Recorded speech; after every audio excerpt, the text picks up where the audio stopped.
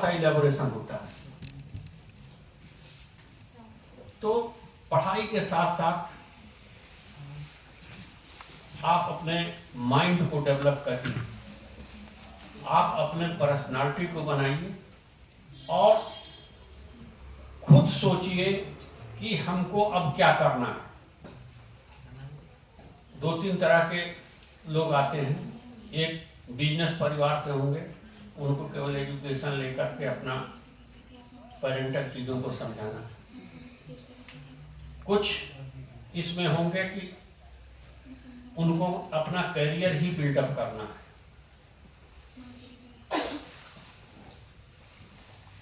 या मोबाइल या कोई बात कर रहा है कोई, बेटा फोन साइलेंट कर लो। तो आप अपने करियर बिल्डअप के विषय में सोचिए कि आपका करियर कैसे बने।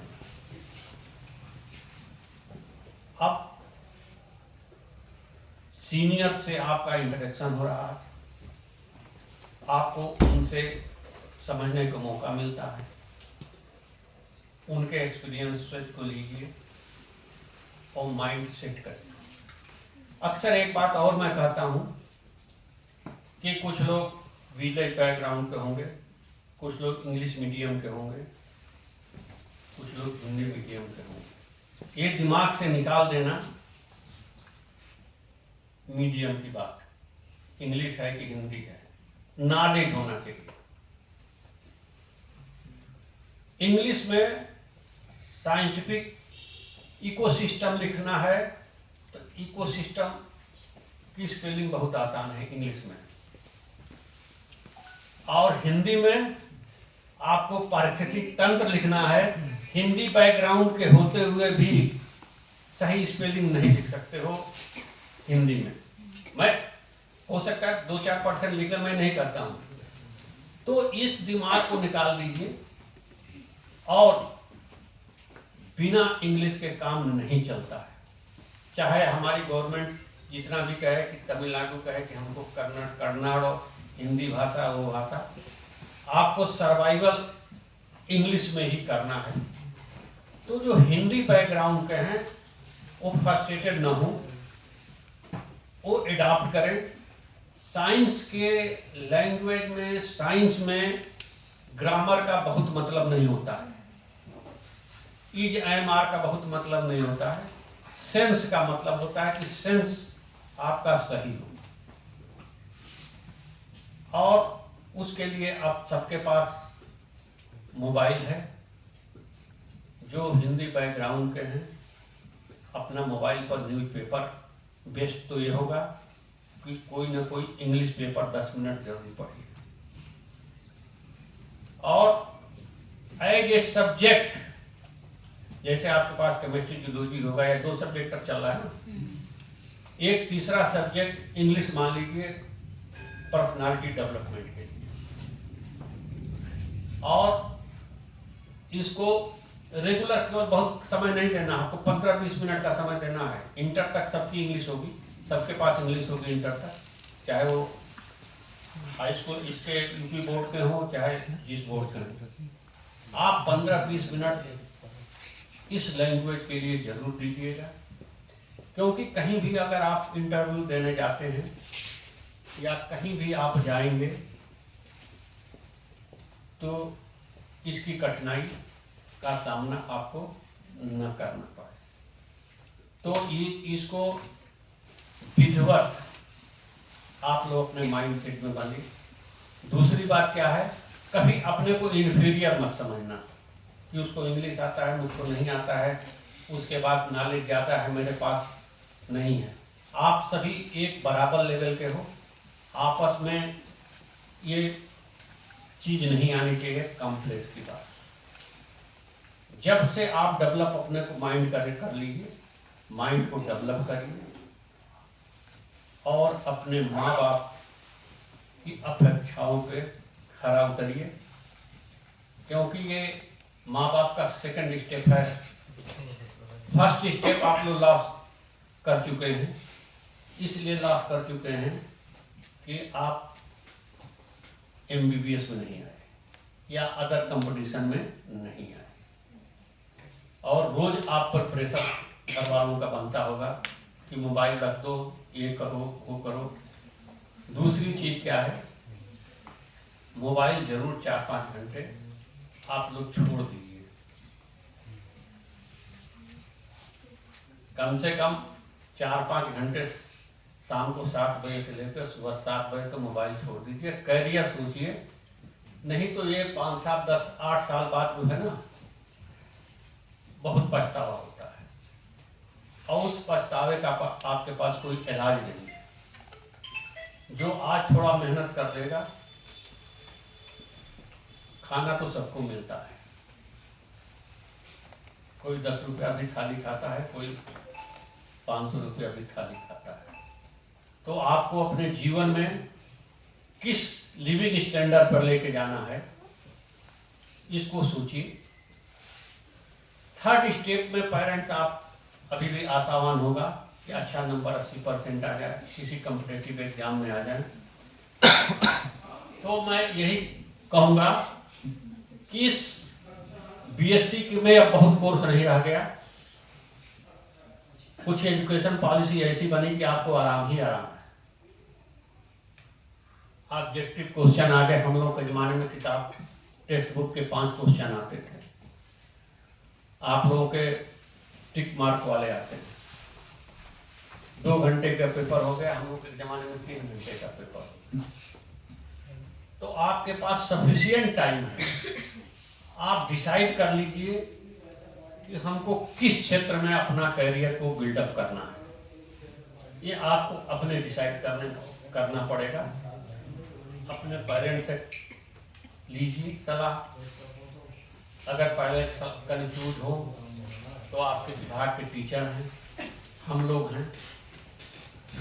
आप अपने करियर बिल्डअप के विषय में सोचिए।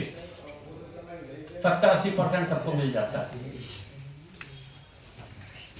लेकिन आप डिसाइड कर लीजिए अपना टारगेट, अपना गोल कि हमको क्या करना है। आने वाले दिनों में जिस तरह से हमारे यहाँ स्टेट गवर्नमेंट में चल रहा है, करीब 700-800 इन्वायरमेंट की पोस्टें आ रही हैं। अब आना शुरू हो गया क्योंकि गवर्नमेंट ने पॉलिसी बना दिया, हर डिस्ट्रिक्ट में एक इन्वायरमेंट ऑफिस खुलने जा रहा है, उसका ऐड आने जा रहा है। तो जो बीएससी कर लिए हैं या जो एमएससी में हैं, तो जब एक बार आप ये रास्ता जब खुल गया तो पीछे से आप लोग भी हो। ये सब्जेक्ट बहुत अच्छा सब्जेक्ट है, कागजों में बहुत अच्छा था। इन्वायरमेंट के विषय में सभी लोग जानते हैं, सुनते हैं, लेकिन जॉब अपॉर्चुनिटी की अभी उतनी चीजें नहीं थी। हर इंडस्ट्री को, चाहे इंडस्ट्री छोटी हो या बड़ी हो, गवर्नमेंट का आदेश है उसमें इन्वायरमेंट का एक्सपर्ट रखना। तो धीरे धीरे हमारी स्टेट गवर्नमेंट, क्योंकि हम लोग कंसर्ट लाते हैं जसपाल, सभी लोग हमारे विभाग के, अभी हम लोग जुलाई में एक कॉन्फ्रेंस किया तो वहाँ बड़ी डिस्कशन, लंबी डिस्कशन भी चली। तो स्टेट गवर्नमेंट में जॉब आ रहा है। अभी तक आरओ की तमाम वैकेंसी खाली है, नीचे की वैकेंसी खाली है। अपना स्टेट गवर्नमेंट ने मना कर दिया कि हम नहीं कराएंगे, तो उन लोगों ने जो है किसी आईआईटी इंस्टीट्यूट से कंसल्ट करके और उससे एग्जाम करा रहे हैं। तो कहने का मतलब है कि अगर इस सब्जेक्ट में आप चाहें, अभी से पता करिए। हमारे विभाग के कम से कम 8-10 बच्चे बाहर गए और काम कर रहे हैं। जो समस्या आती है, 2 मिनट सुन लो, ज्यादा मैं नहीं बोलूंगा, 2 मिनट सुन लो, हमारे ही मतलब की बात है।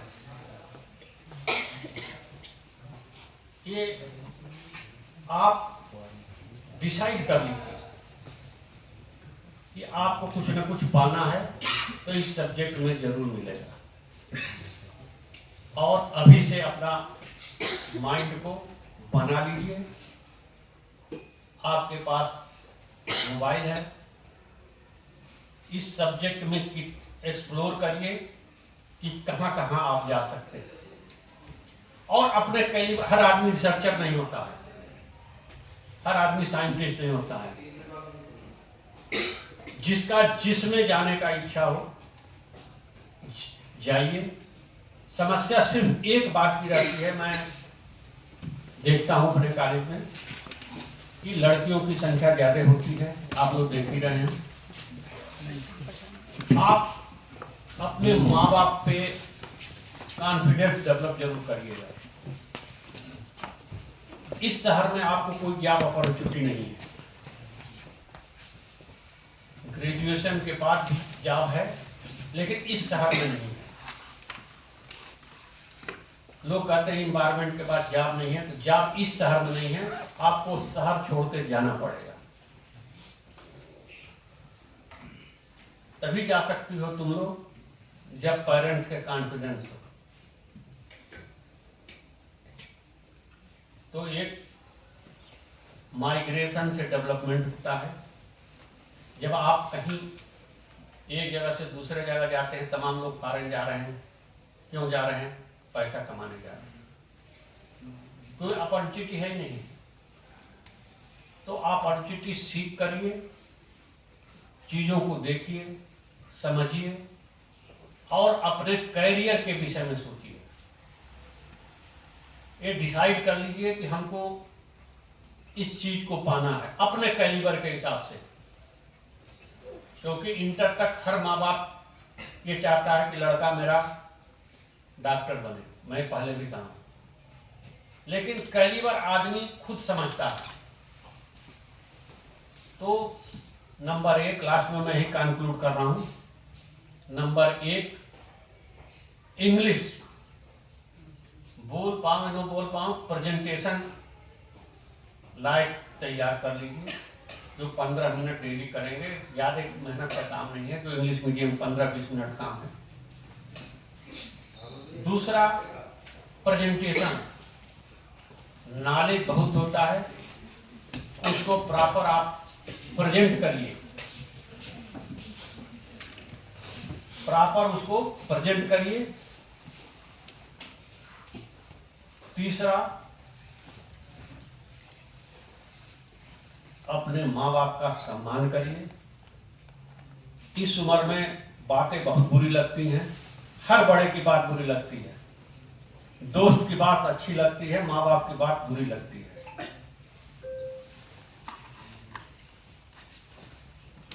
माँ बाप से कंसर्न रहिए, उनसे पूछिए। और मैं जानता हूं जो जनरेशन यहाँ बैठी हुई है, किसी माँ बाप के पास पैसे की कमी नहीं है पढ़ाने के लिए, अगर आप पढ़ना चाहें तो। अगर कमी है तो आप ऐसे विभाग में हैं जहां जसपाल से बात करिए, आपको हर स्टेज पर स्कॉलरशिप बताएंगे। तमाम जसपाल के पास इसका नॉलेज है, वो आपको गाइडलाइन करेंगे कि इस एजेंसी से ये पैसा मिल सकता है। एक आध बार मैंने देखा, हमको भी नहीं पता था, मैं झूठ नहीं बोलूंगा, जसपाल हमारे यहाँ 2008 में अपॉइंटमेंट हुए, एक लड़की, उसके माँ बाप नहीं थे, बहुत परेशान थे, तो उन्होंने खोल करके ICICI बैंक से, HDFC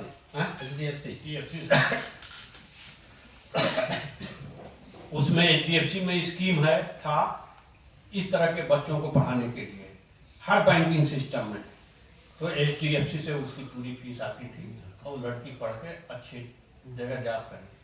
कुछ पेरेंट्स ऐसे होते हैं कि जो बच्चे को पढ़ाना नहीं चाहते हैं, वो अपने घर को पकड़ के लाई थी लड़की, निधा। उसके माँ बाप चाहते ही नहीं थे कि वो BSc के बाद वो पढ़े, और रोज मेरे पास रोती थी। तो हम कहे भाई तुम अपने घर तो अपनी अपनी बुआ को लेके आई, तो उनकी काउंसलिंग किया गया, तो उसने MSc किया। तो इस तरह के जो माँ बाप हैं, तो मैं इसीलिए कह रहा हूँ आप माँ बाप में अपना जो है कॉन्फिडेंस डेवलप करिए। अगर कहीं नहीं समझ में आता है तो हमारे विभाग में सभी लोग हैं, सब बताएंगे कि क्या पा सकते हो। लेकिन पाने के लिए आपको आना पड़ेगा, चीज़ों को पूछना पड़ेगा, समझना पड़ेगा। मैं आप सभी के उज्जवल भविष्य की कामना करते हैं। अपना बिहेवियर ठीक रखेंगे, बिहेवियर ठीक रहता है तो पर्सनालिटी ठीक रहता है, आगे बढ़ने के चांसेस होते हैं।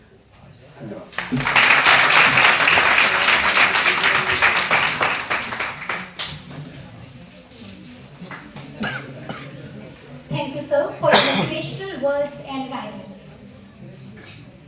Now, I would like to warmly invite our respected Professor Jaspal Singh to share a few words of wisdom and encouragement for our freshers.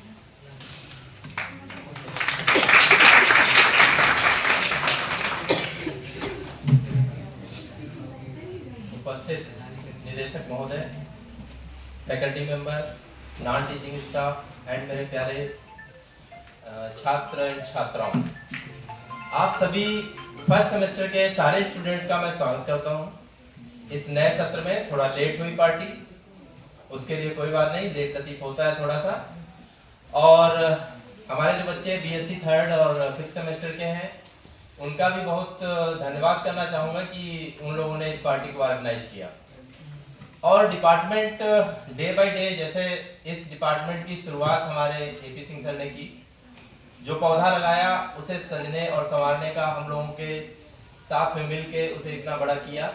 MSc BSc चालू हुई और डे बाय डे इस कार्यक्रम में कुछ ना कुछ डिपार्टमेंट कराता रहता है। कोई भी एक्टिविटी है हमारा डिपार्टमेंट अच्छे से सेलिब्रेट करता है, दिल खोल के। और ये नहीं है किसी पे कोई प्रेशर हो। ये जो भी ऑर्गेनाइजेशन आप देख रहे हैं, जो भी ऑर्गेनाइज हुआ है कार्यक्रम, ये सब बच्चों की मेहनत के द्वारा ही हो पाया है। इसी प्रोग्राम में फ्रेशर पार्टियां तो बहुत होती हैं, मैंने ऑल इंडिया लेवल पे भी देखे हैं बहुत सारे। आप लोग यूट्यूब और बहुत सारा प्रिंट मीडिया कवर करता है उसको, लेकिन इसकी जो थीम हम लोगों ने इस बार बनाई है वो अलग ही है कि इस फ्रेशर पार्टी में हम अपने जूनियर से एक पेड़ लगवाएंगे और उस पेड़ की देख रेख, 40 पेड़ लगवा रहा हूँ, एक पेड़ 2 स्टूडेंट लगाएंगे और उस पेड़ की रखवाली 3 साल तक, जब तक आप पढ़ते हैं तब तक आपको ही करनी है। और उसके ऊपर जो सेमेस्टर वाले बच्चे हैं वो उसका ऑब्जर्वेशन करेंगे कि वो पेड़ कैसे चल रहा है, क्या चल रहा है। और एक प्रोजेक्ट वर्क भी है और ये असाइनमेंट वर्क भी हमने दिया है। जैसे आप लोग असाइनमेंट टीचर्स कहते हैं लिख के लाओ, आप लोगों ने एक ड्राफ्ट में लिखा और उसे जमा कर दिया, या किसी से लिखवा लिया, अपनी बहन से लिखवा लिया या भाई से लिखवा लिया, जमा कर दिया। लेकिन ये प्लांट जो लगेगा, इसकी डेली की ग्रोथ, हर महीने की ग्रोथ, एक हमारा रिसर्च वर्क भी इस पे हो जाएगा और डेली की ग्रोथ भी हम लोग चेक कर पाएंगे, मतलब हर हफ्ते। तो आपको ही पानी देना है, आपको ही उसकी रखवाली करना है। पेड़ में कुछ डिस्टरबेंस आता है तो हमारी पूरी टीम है वो आपके साथ में रहेगी। तो अभी जो हॉकी ग्राउंड है उसमें हम लोग पेड़ लगाएंगे। तो इस तरीके की थीम लाना, इसको हम लोगों ने जो fresher party, green fresher party बना दी। तो ये ग्रीन फ्रेशर पार्टी जो है हम लोगों के लिए एक, देखना आप, ये जैसे हम लोग शुरुआत करेंगे ना, हर कॉलेज, हर बरेली कॉलेज के द्वारा सब लोग देखने लगेंगे और वैसे ही शुरुआत होने लगेगी। जैसे मिड टर्म में हम लोगों ने प्रेजेंटेशन शुरू किया तो मुझे भी थोड़े दिन पहले पता लगा कि लॉ डिपार्टमेंट में ने भी जो है प्रेजेंटेशन शुरू करवा दिया। तो बड़ा अच्छा लगता है कि सर ने जो पेड़ लगाया उस पेड़ की शाखाओं से लोग सीख रहे हैं। और ये हम लोग क्या है, ट्रेन सेटर है। ये काम तभी हो पाता है कि जस्ट आप सोच सको, जब तक सोचोगे नहीं तब तक कुछ होगा नहीं। क्योंकि कोई भी थॉट आता है ना, पहले इमेज बनती है उसकी, वर्क बाद में होता है। तो उस इमेज को लाना ही बहुत जरूरी है। सर ने बताया कि आप लोग बरेली शहर में एनवायरनमेंट की कमी है, लेकिन इसी बरेली शहर में बिहार के लोग एनवायरनमेंट पढ़ के जॉब करते हैं। क्योंकि आप लोग क्या है कि जैसे सर ने कहा कि एक ट्रेनिंग प्रोग्राम भी चलता है जो न्यू एजुकेशन पॉलिसी में भी इंट्रोड्यूस हुआ है। तो वो ट्रेनिंग प्रोग्राम का मतलब ही यही है कि आप जाइए ऑर्गेनाइजेशन में अच्छे से, जैसे सर ने कहा कि आप अपना बिहेवियर सुधारिए। बिहेवियर अगर आपका ठीक है, टाइम से जाना है, टाइम से आना है, लोगों से अच्छे से रिस्पेक्ट से बात करोगे, जो वर्क आपको दिया गया है उसको अगर आप ठीक से करोगे तो क्या होगा, कंपनी खुद ही आपको रख लेगी। तो जॉब खुद भी जनरेट कर सकते हो आप। हम लोग ही देखो, जो बच्चे अच्छे होते हैं उनको रिकमेंड करते हैं कि आप यहाँ चले जाओ, यहाँ चले जाओ, ये फेलोशिप ले लो। तो जो पढ़ने वाले बच्चे हैं और जो ना पढ़ने वाले बच्चे हैं, दोनों के लिए हम लोग खड़े हैं। भाई ना पढ़ने वाले को पढ़ने वाला बनाया जा रहा है और जो पढ़ रहा है उसको और सपोर्ट करके और आगे बढ़ाया जा रहा है। तो ये टीचर का काम है कि जो भी बच्चे हैं, ये नहीं कि जो नेगेटिव वाला है उसको माइनस कर दो, प्लस वाले को प्लस कर दो, नेगेटिव को प्लस कर दे। वही इस पार्टी का उद्देश्य है कि जो हमारे नए बच्चे आए हैं और जो पुराने बच्चे हैं मिल के कुछ ऐसा पर्यावरण डिपार्टमेंट के लिए करें कि लोग जाने कि ये वास्तव में इन टीचरों ने पढ़ाया है और ऐसे डिपार्टमेंट से आप आए हैं। तो फ्रेशर पार्टी के लिए जो एक मैंने थीम बता दी, दूसरा ये है कि हमारा डिपार्टमेंट एक साप्ताहिक पेपर, न्यूज़पेपर वो शुरू करने जा रहा है। अभी सर से डिस्कस करेंगे, तो आने वाले समय में उसकी भी शुरुआत होगी और वो प्योर पर्यावरण का अखबार होगा। बहुत से न्यूज़पेपर वाले आते हैं, वो अपना अलग एक उनका पर्यावरण का कॉलम होता है जिसमें छापते हैं। तो आप सारे स्टूडेंट्स से मेरी रिक्वेस्ट है कि पर्यावरण से रिलेटेड आप कोई कविता लिख सकते हो, कोई आर्टिकल लिख सकते हो, या मिल के कुछ कर सकते हो, कुछ जस्ट फॉर नया आइडिया, कुछ जो हमारी गवर्नमेंट भी प्रमोट कर रही है उसको। तो नया आइडिया कुछ लेके आइए और लिख के लाइए, वो उस न्यूज़पेपर में छपेगा और वो साप्ताहिक निकलेगा। हर हफ्ते सारी सिर्फ पर्यावरण की ही न्यूज निकलेगी, कोई क्राइम की बात नहीं होगी, कोई अदर एक्टिविटी की बात नहीं, सिर्फ एनवायरनमेंट की ही बात होगी। तो ये दो एक्टिविटी बड़ी इंपॉर्टेंट थी जो इस फ्रेशर पार्टी के थ्रू हम लोग कर रहे हैं, और एक ये नया आधार बनेगा कि इसके द्वारा हम लोग कुछ कर पाए। तो अभी इसके लिए अखबार वाले के लिए सर से डिस्कस करेंगे, एक बार डिस्कस हो चुका है, तो उसका नाम क्या रहेगा। आप लोग नाम के लिए भी हमें बता सकते हैं क्या नाम रखा जाए, तो बहुत सारे सजेशन आप लोग देंगे, उसको हम लोग इंक्लूड करेंगे और लिखा भी रहेगा कि ये नाम किसने दिया है। तो अगर आप लोग इस ओर बढ़ना चाहते हैं तो ये भी एक बहुत अच्छा इनिशिएटिव होगा आपकी तरफ से। और मैं बच्चों को देख के आज बड़ा खुश हो रहा हूँ, जल्दी पार्टी हुई। हमारे 30 बच्चे के आसपास जो है आज जूनियर बैच आया हुआ है, फर्स्ट सेमेस्टर, और थर्ड और फिफ्थ सेमेस्टर भी हमारे उतने ही है। तो अभी थोड़े से परफॉर्मेंस आप लोग करिए, उसके बाद हम लोग अभी ग्राउंड में चलेंगे, फिर वहाँ पेड़ लगाएंगे, और उससे पहले अगर बीच में चाय पानी की जो व्यवस्था है वो हो जाएगी तो वो भी आप लोगों को दी जाएगी। इन्हीं शब्दों के साथ धन्यवाद।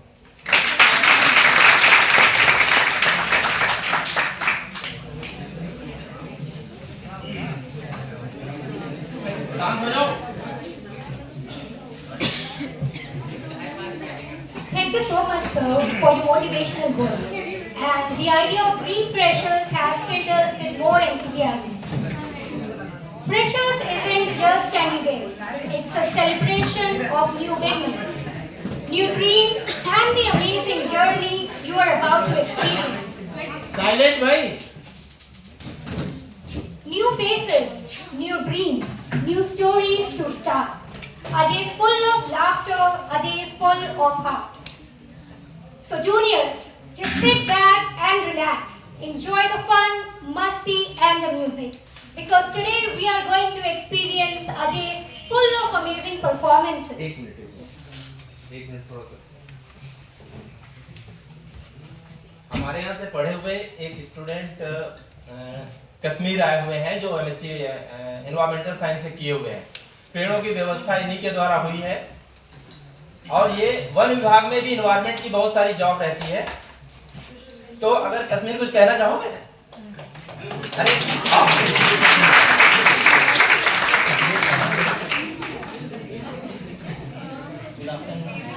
शांत हो जाओ भाई।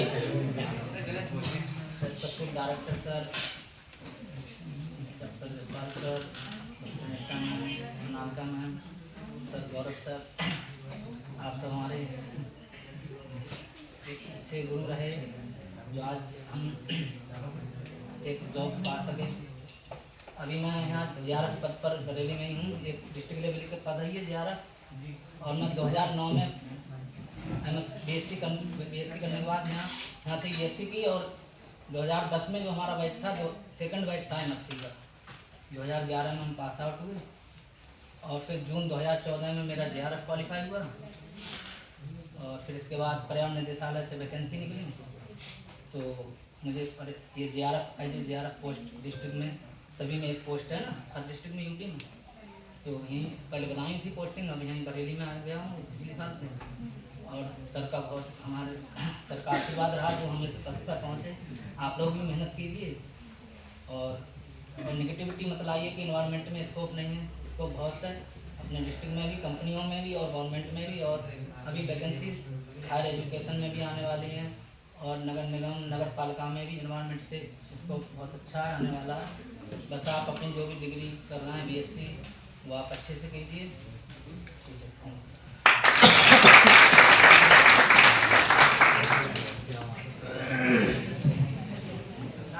Thank you, sir, for your kind words. Now it's time to fill this hall with some melody and magic. And for that, please welcome Unnati. Unnati is here to mesmerize us with her beautiful voice.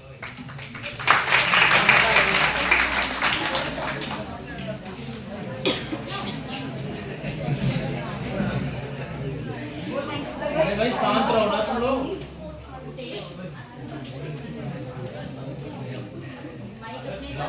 जो बोलेगा ना अभी खड़ा कर दूंगा इधर।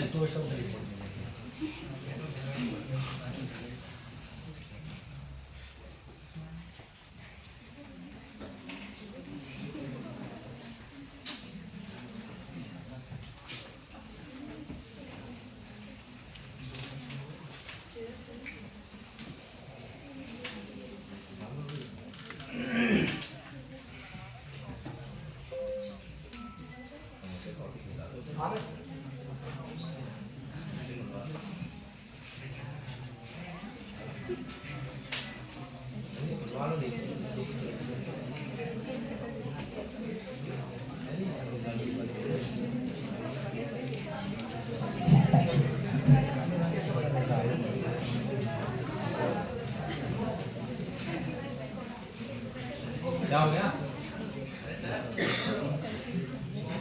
तो दूसरी परफॉर्मेंस करा दो।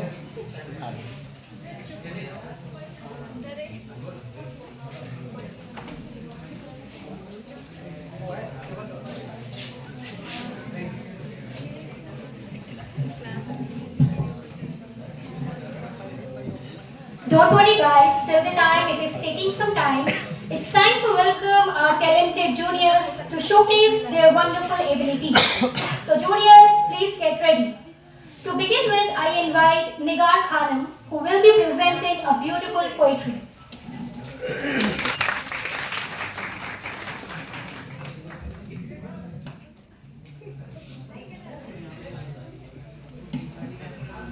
Good afternoon, everyone. My name is Nigar Khanam. I am a student of BSc first semester. Today I am going to recite a poem. This poem is about upcoming journey. I hope you will like it. गुजर रही है उम्र पर जीना अभी बाकी है। जिन हालातों ने पटका है जमीन पर उन्हें उठकर जवाब देना अभी बाकी है। चल रहे हैं मंजिल के सफर में मंजिल को पाना अभी बाकी है। कर लेने दो लोगों को चर्चे हमारी हार के कामयाबी का शोर मचाना अभी बाकी है। वक्त को करने दो अपनी मनमानी हमारा वक्त आना अभी बाकी है।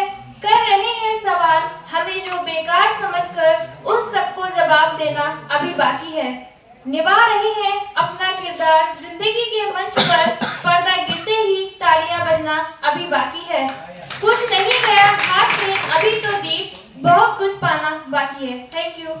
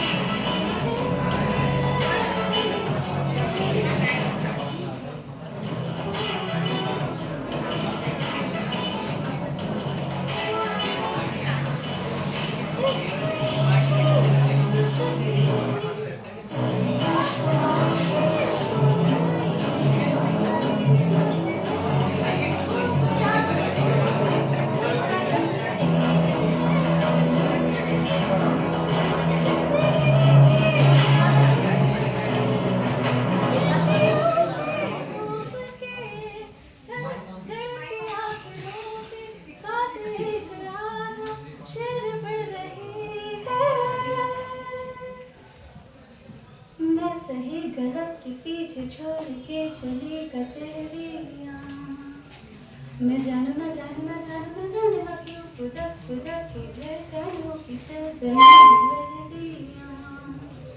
मैं जानू ना क्यों जरा सा मौसम सर्द राहियां। मेरा मूड मस्करा है जो जाएगा मनमानियों का है वो कैसा मस्करा है। मैं जानू ना क्यों हजारों गुल मुझे से रह गई है ख्वाहिशों की टहनियां। मैं जानू ना क्यों खुदक खुदक की धड़कनों की चल रही लहरियां। मैं जानू ना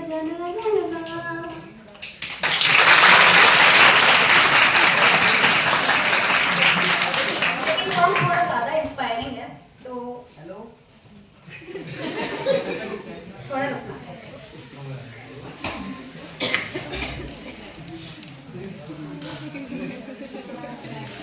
हमसे ज़्यादा ही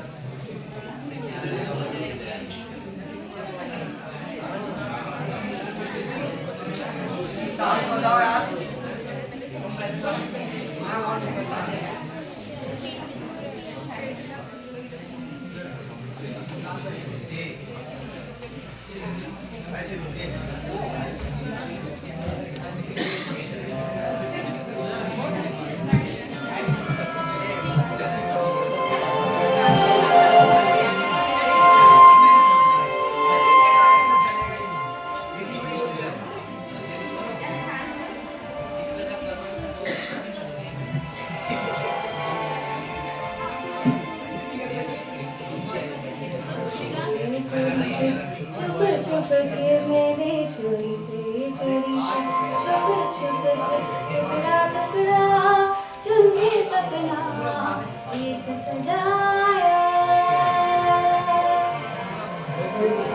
डोरी से बुन बुन के मैंने डोरी से बुन बुन के टुकड़ा टुकड़ा सी के सपना एक बनाया। टुकड़ा टुकड़ा सी के सपना एक बनाया। सपने हो गए मेरे सब हो जाना रे हो जाना रे हो जाना रे। सपने सब गए मेरे सब हो जाना रे हो जाना रे हो जाना रे।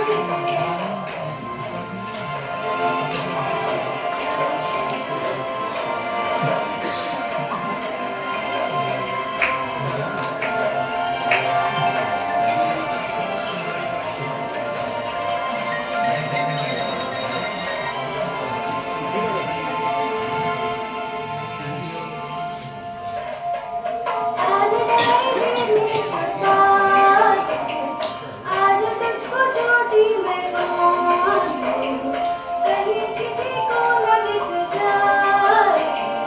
सपने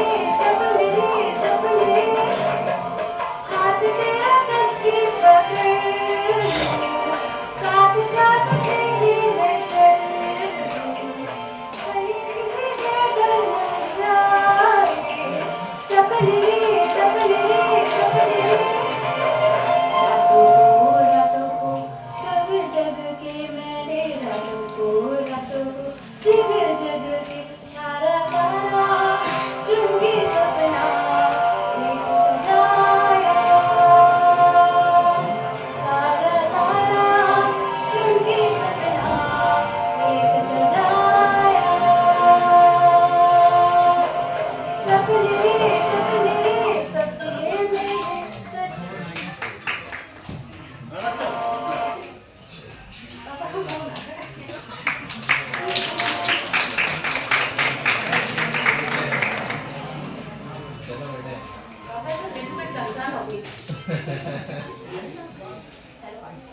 जी पापा I was performing on the stage.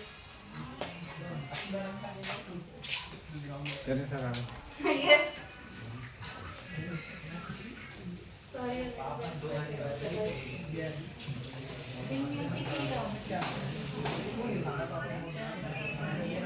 सपने